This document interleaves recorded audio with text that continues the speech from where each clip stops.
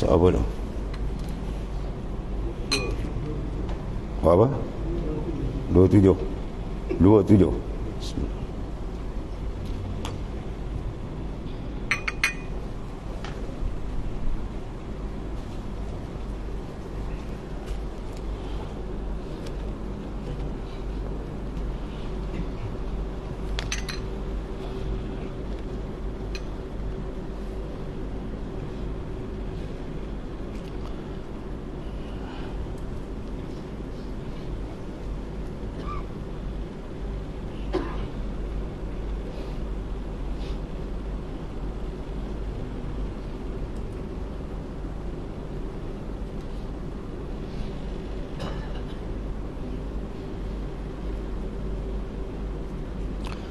Bagi apa dulu?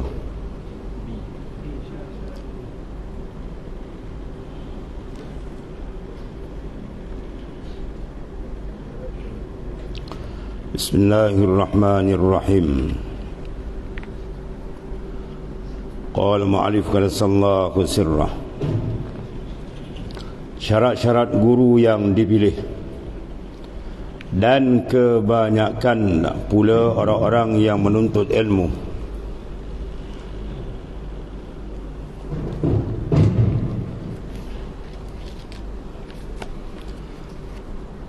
kebanyakan orang yang memilih guru, tengok ni. Kebanyakan orang-orang yang menuntut ilmu zaman sekarang tidak diserahkan aturannya kepada gurunya, hanya semata-mata ikut larut hatinya dan nafsunya jua. Ya. Sebab tu kita berguru kena jaga adab dengan guru. Kita kalau mengaji dulu pun nak pindah kitab pun minta izin dengan guru. Ya.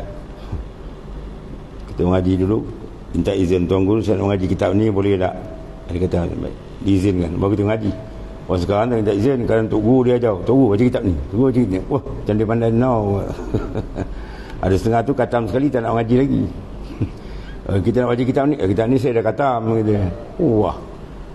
Pergi di Fatani tu, tok guru sana besar-besar. Kitab Syarat Tangkihul Lubab Abi Zur'ah tu, satu orang tok guru dia katam 40 kali. Tahrir tu 40 kali katam. Tok guru bila sekali dia baca, dia orang lain. Dia baca kali kedua, dia orang lain-lain pula. Ya. Dia urai 10 satu kitab, 10 guru kalau mengajar 10 uraian, baik ilmu tu luas. Ya. Ni baru katam sekali tak nak ajar, macam ni faham. Soal dah apa pun tak dapat. Ya, ni perangai macam-macam. Yang belagak pandai macam-macam, ya. Itu dia antara dia lah.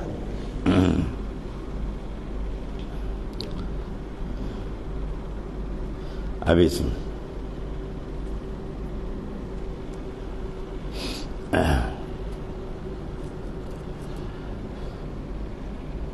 Dan kebanyakan pula orang-orang yang menuntut ilmu zaman sekarang, zaman tuan penulis ni, tidak diserahkan aturannya kepada guru, hanya semata-mata ikut larut hatinya dan nafsunya juga.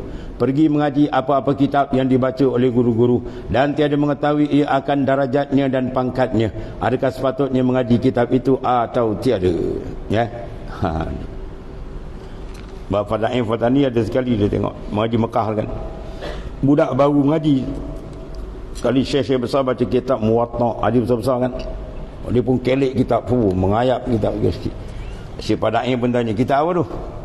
Ni kita hadis. Hadis apa? Hadis Muqatta. Muqatta pula otak kau dia tu.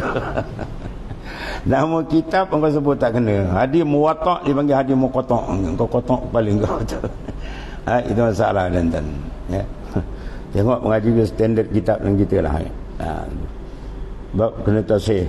Itu betul. Supaya ilmu tu jangan jadi ada juga kitab satu tempat dia belajar. Ya, dia kita dah. Bila kata kitab malam ni kitab apa? Malam ni kitab belayau. Kitab belayau. Tok Guru baca apa dia tak dapat melayar menopong, faham? Kalimin nas bihasabi unqulihim, berbicara dengan manusia ikut standard pemikirannya, ya.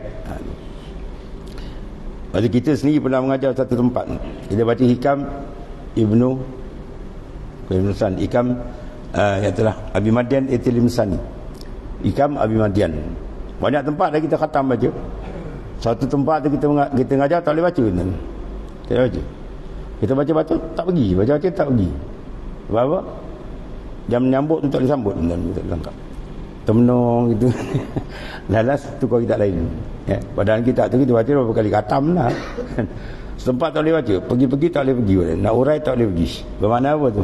Petanda yang tuk tak boleh menyambut. Ya, bekas tu tak boleh sambut. Dan tukar kitab lain. Jadi kita baca macam cakap seorang.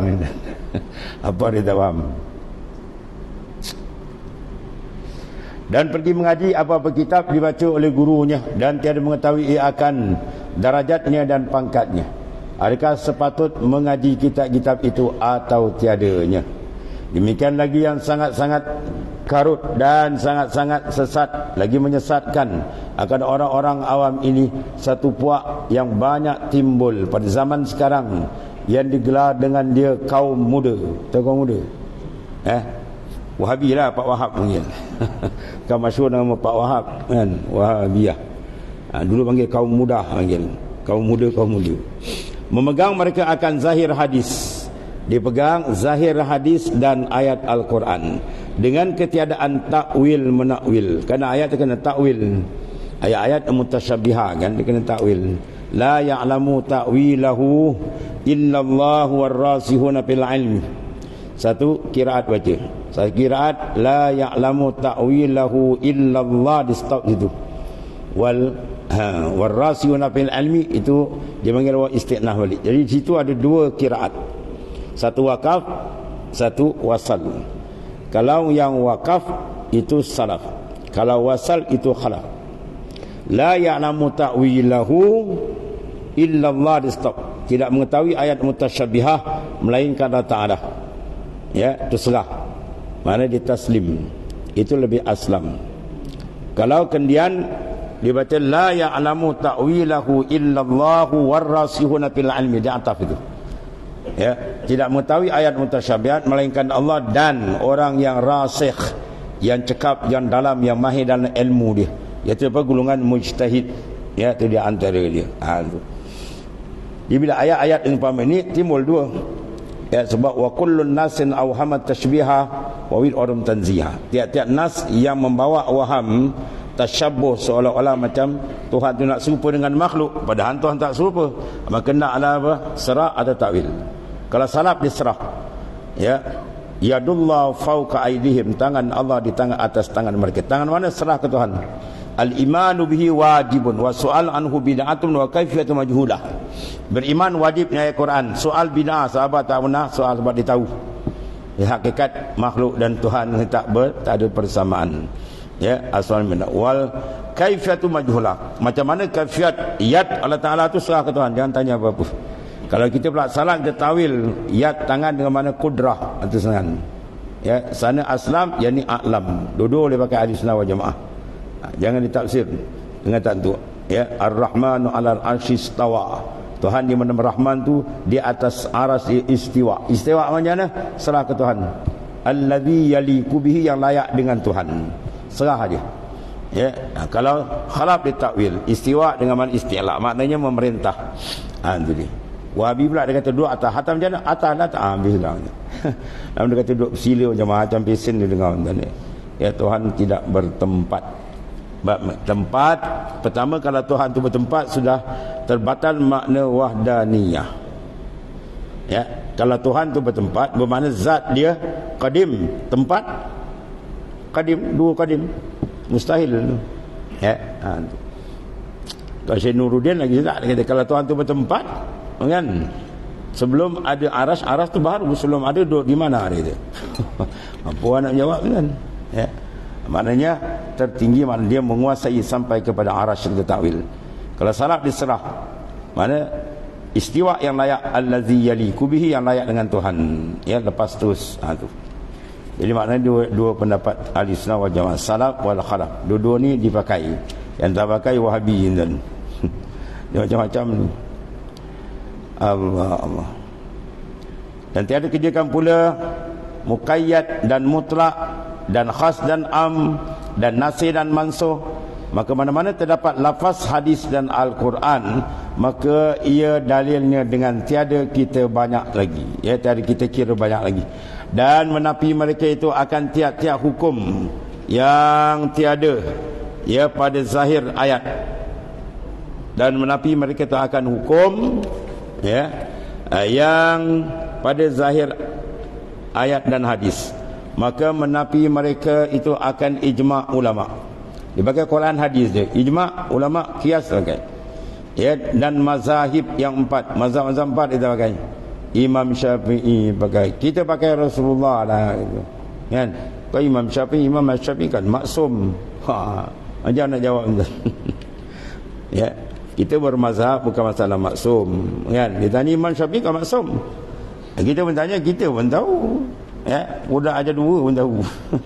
Kita bukan bahas masalah maksum, kita mengikut imam mazhab masalah ijtihad. Faham? Kita ikut imam mazhab masalah ijtihad. Sebab mandat diberi oleh baginda SAW. Man ijtahada fa asaba falahu ajran, wa man ijtahada fa akhta falahu ajrun wahid. Siapa berijtihad maka betul dapat 2 pahala. Kalau tersilap 1 pahala. Ini benda yang ada ruang ijtihad. Tapi kalau nas, itu ada ijtihad. La ijtihad bin nas. Semayang waktu 5 waktu wajib, itu tak ada ijtihad. Ya. Kalau benda-benda yang ada ijtihad, sebab hukum tu ada wajib apa? Ada wajib qat'i, ada wajib ijtihadi. Dan begitu seterusnya. Haram tu ada haram qat'i, ada haram ijtihad. Ya, benda yang masuk ruang ijtihad ulama. Benda tu dimasukkan ruang ijtihad. Ya, benda-benda apa? Benda zanni.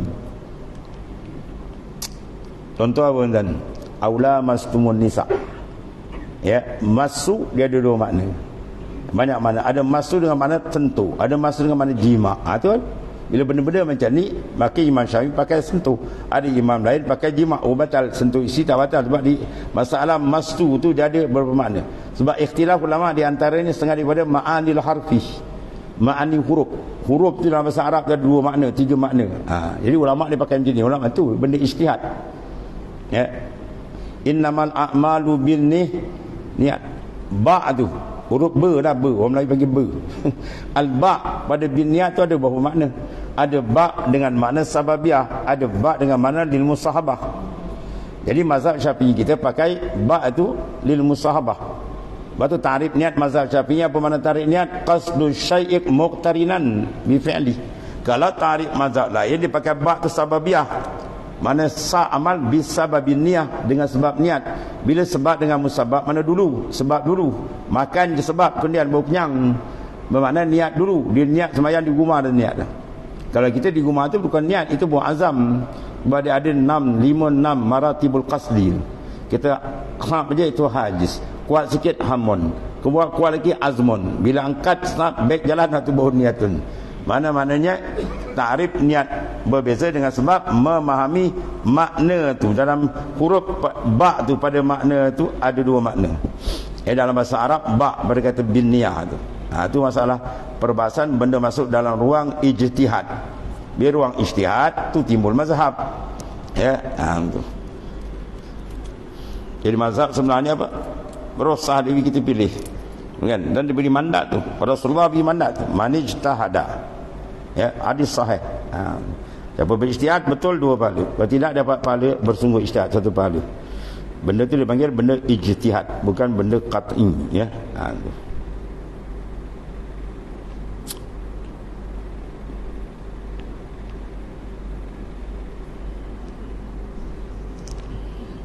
Dia pakai kaedah Wahabi ni, kaedah orang tak pakai. Tak ada mazhab pakai kaedah dia. Ya. Apa kaedah dia pakai? Apa kaedah dia pakai Wahabi? At-tarku yaqtadil tahrim. At-tarku yaqtadi tahrim. Bila Nabi tak buat, haram. Jangan dia pakai kan. Bila Nabi tak buat, haram. tak buat haram. Oh, teruk macam tu kan, banyak Nabi tak buat. Macam tu dia tak boleh naik kereta kan, pandai pula itu bab lain itu. Dia sama itu pun kan, ya. Dia pakai lagi hadis, apa dia pakai lagi,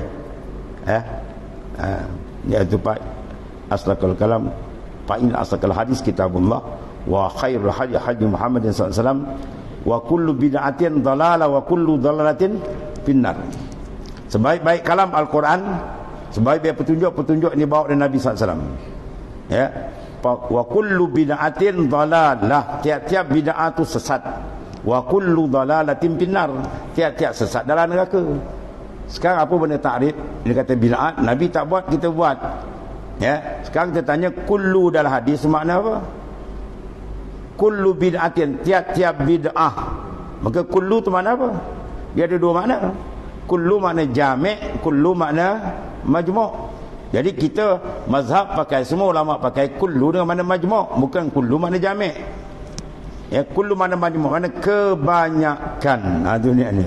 Bukan semua. Ya. Tu masalah ni. Bila tidak memahami dengan betul lah, jadi dia lepas tu pum, bid'ah sana. Bid'ah sana, habis sana. Dia ada mufti kerajaan Selangor dulu. Dr. Luk-Luknya bapak aja bah. Ali Ghazali, ya, dia mufti kerajaan Selangor dulu. Bila satu orang Wahabi datang berdebat bahas dengan dia, baik dia soal kawan, Rasulullah SAW sembahyang hari Jumaat baca khutbah bang berapa kali? Sekali, kan? Sekali. Azan waktu tu naik khutbah. Zaman Sayyidina Osman buat 2 kali. Bid'ah tak? Habis Sayyidina Osman dia ulang neraka lah. Dia tanya tu, kalau kau pakai keadaan kau bermakna Sayyidina Osman dalam neraka, betul tak?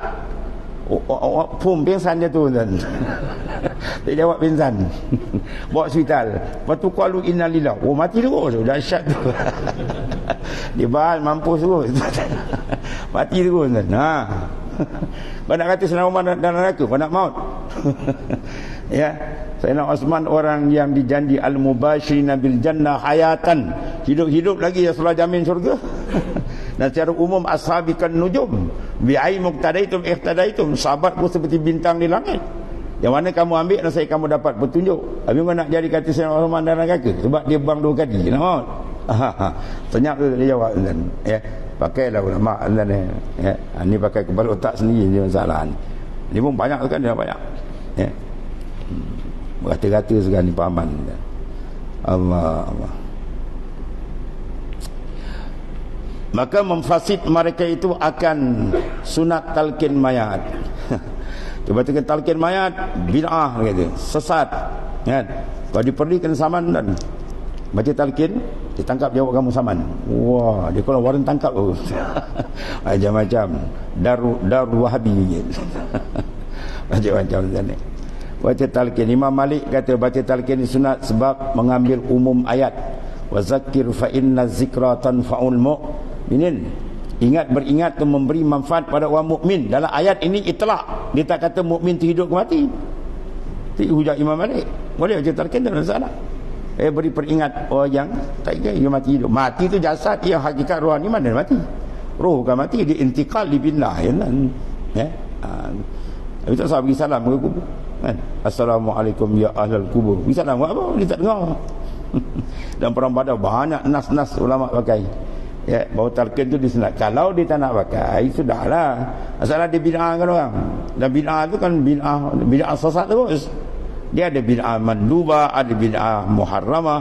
Banyak. Ya. Semayang 20. Sayyidina Umar buat 20 tarawih. Rasulullah buat 8. Itu bid'ah. Bid'ah mandubah. Ya. Ada pula bid'ah yang wajibah. Bid'ah wajib. Rasulullah tak kumpul Quran. Jam'us suwarul Quran, kumpul Quran berlaku zaman Jawa Sayyidina Osman ditadwinkan sebab nama khat Osman. Rasulullah tak kumpul, masih lagi bertutup di Pelatama, di Belulang dan sebagainya. Yang mengumpul tu Sayyidina Osman. Perbuatan tu bid'ah tapi wajib. Sebab kalau tak kumpulkan Quran takut kehilangan. Itu maksudnya. Jadi benda tu bid'ah ada banyak pisen. Ada wajib, ada makruh, ada sunat, ya. Jadi pukul habis sesat lagi kan. Padahal benda tu benda khilaf kan. Benda khilaf duduk tarak khilaf. Jangan bahas ya, serah. Kita bahas benda usul. Tu. Dan mendakwa dirinya betul dengan sunnah Nabi SAW. Konon dia lah ikut sunnah, orang lain tak ikut. Padahal kebanyakan mereka itu tiada biasa bertemu pun dengan pengajian usul fiqh. Ya, kadang usul fiqh tak ngaji. Kaedah fiqh tak ngaji. Tanya dia al-asbab wan nazair ngaji, tak ngaji. Dah, kaedah fiqh tak ngaji, usul fiqh tak ngaji. Tu jadi babas dan mustalah hadis pun tak ngaji. Ya, dan majas isti'arah dan ilmu alat dan lain daripada ilmu-ilmu alat, bahkan nahwu saraf pun kurang tahu. Kadang baca pun bagi tengah langgang, tak kerti nak letak bagi depan belakang kan. Nahwu tak kerti kan, tak masak ni. Orang kuat nak masak tu alfiah dalam kepala kan. Nahwu dia tak ada 10 tahun mengaji nahwu kan, kena boleh matang betul. Pasalkan 4-5 tahun ni kenal lagi sikit tuan ni. Nahwu nak i'rab kadang tak kerti. Bahasa tua Wahabi tu bertemu dengan arwah mufti Negeri Sembilan. Dia nak temerang lebih, dia baca hadis dia. Mufti mana dia tak bahas. Nah, kau baca okey. Kau i'rab hadis ni. Dia suruh i'rab hadis. Orang kata kau nak i'rab pun tak kerti, kau nak tanah pakai ulama. Hei, puaka ni. Balik dia. Marah mufti. Kau nak i'rab pun tak kerti. Pun sarap pula nak i'lal pula. Tu pun kau tak kerti. Kau sangat ngaji mantik balarah apa lagi dalam banyak ilmu lagi tak kerti, tapi kau nak pergi tanah pakai ulama. Parah tu kan. Allah. Nahwu saraf pun kurang tahu dan kebanyakan lapas-lapas Arab pun tidak mengerti akan makna-makna dia.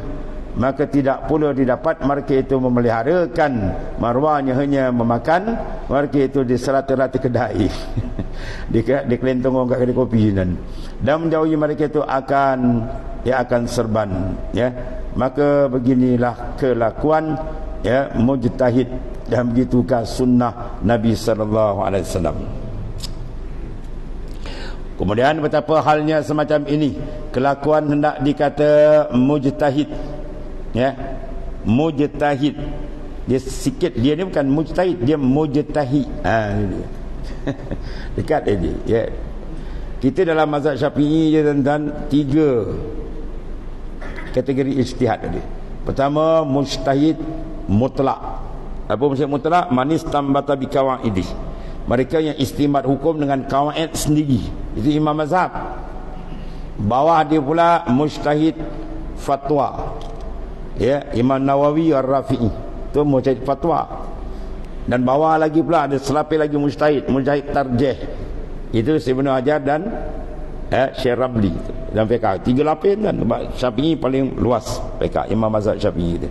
Setara Imam Syafi'i buat satu kaedah, dan kaedah fiqh yang dibuat oleh Imam Syafi'i, dia buat kaedah sendiri. Manis tambata bi qawaidi, istimbat dan qawaid dia sendiri. Satu kaedah yang Imam Syafi'i buat, dia dah siap 7-8 dalil jawapan di belakang. Kalau orang soal ni, ini jawab dia. Kalau orang kedua dia soal, ni jawapan ni. Kalau 3, 4, 5, 6, 7 dia siap kan. Kita nak faham dia punya kaedah pun berbulut. Nak soal lagi tak kerti. Dia dah standby 7, 8 jawapan. Kalau orang tanya begini, ni jawapan. Kalau begini, begini. Tu standard mujtahid dan bukan jalan-jalan. Al-Imam As-Suyuti pun nak cuba ijtihad pun tak lepas dan padahal dia melaut ilmu. Dia cuba nak istiqlal, nak buat mazhab sendiri. Dia buat kaedah, kena kaedah Syafi'i. Buat kena kaedah Syafi'i. Akhirnya Allah Ta'ala hantar warid, malam dia mimpi istana yang cantik bertiang dengan 4. Dia faham lah tu. Cukuplah 4 mazhab, tak payah dah buat lain ni. Dia masuk mazhab Syafi'i balik. Itu setara Al-Imam As-Suyuti. Penjalan orang tu. Sahibul Karamah. Al-Alim Al-Lamah, ulama besar. Ini berapa 3-4 hadis heboh dan agama mazhab. Macam-macam. Allah, dan menjauhkan mereka tu habis tu. Kemudian betapakah halnya semacam itu kelakuan hendak dikatakan mujtahid, padahal berkata Syekh Abdul Rahman Mufti Hadral Maut di dalam Bughyatul Murtasyidin, dia kata masalahku, satu orang yang menuntut ilmu dan membanyak ia akan mutalaah daripada kitab-kitab yang dikarang daripada tafsir dan hadis dan fiqah, dan adalah ia mempunyai faham yang dan cerdik, maka tetaplah pada pandangannya bahawasanya kebanyakan ini amat sesat mereka itu.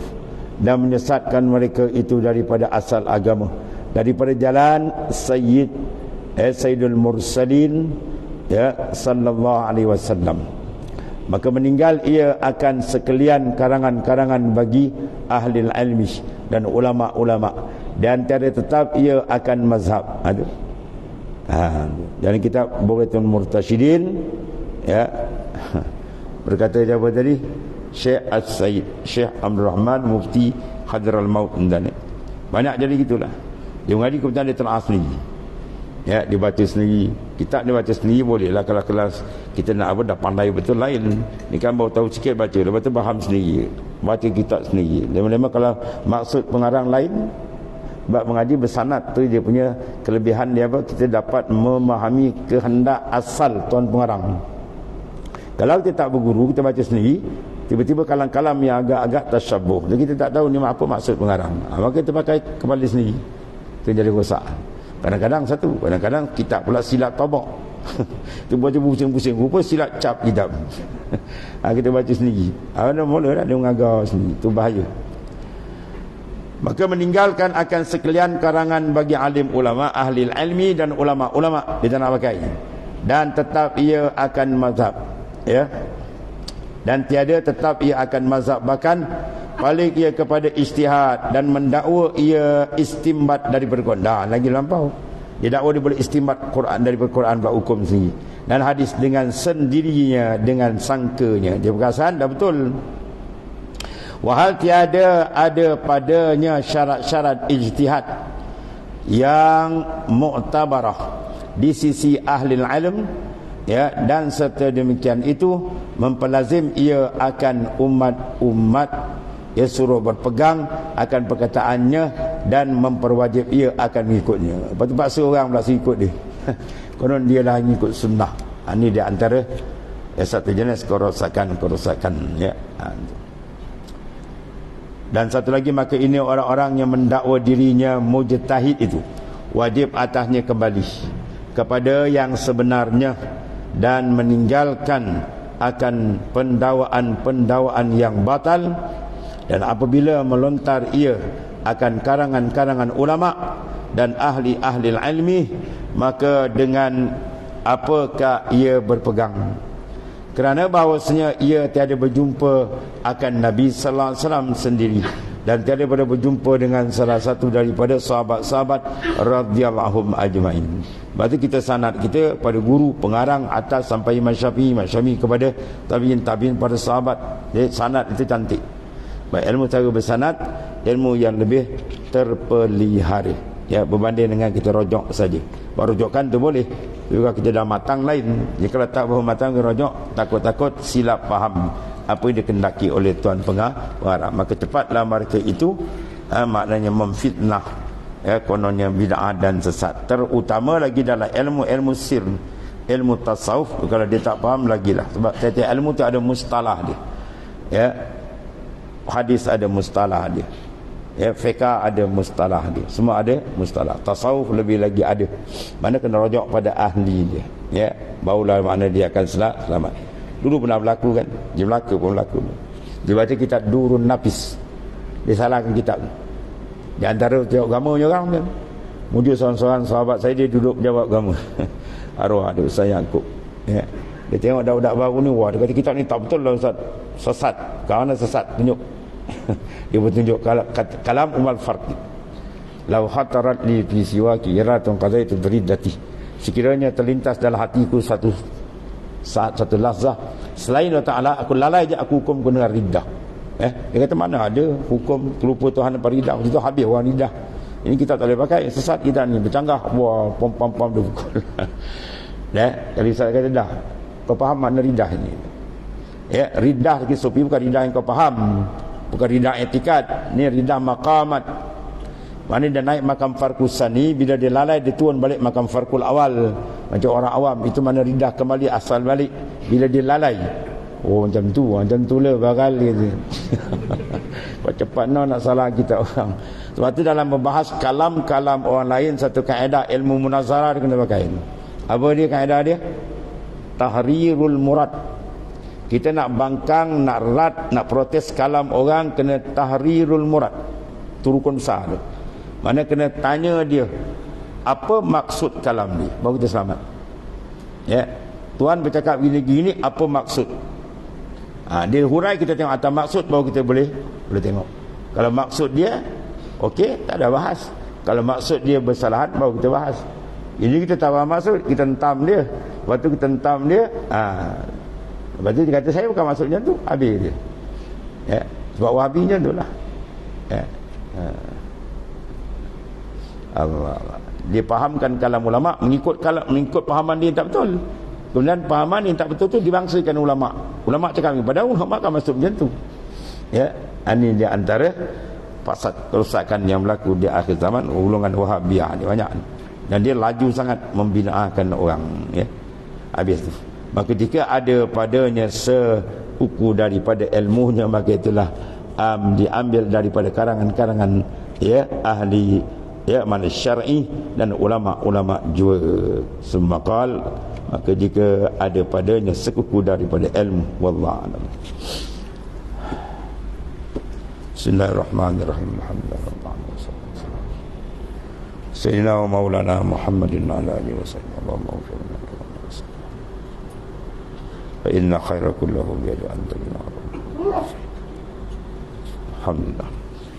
Subhanakallahumma.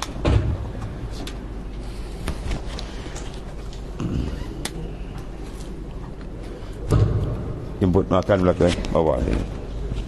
Ada jamuan balik.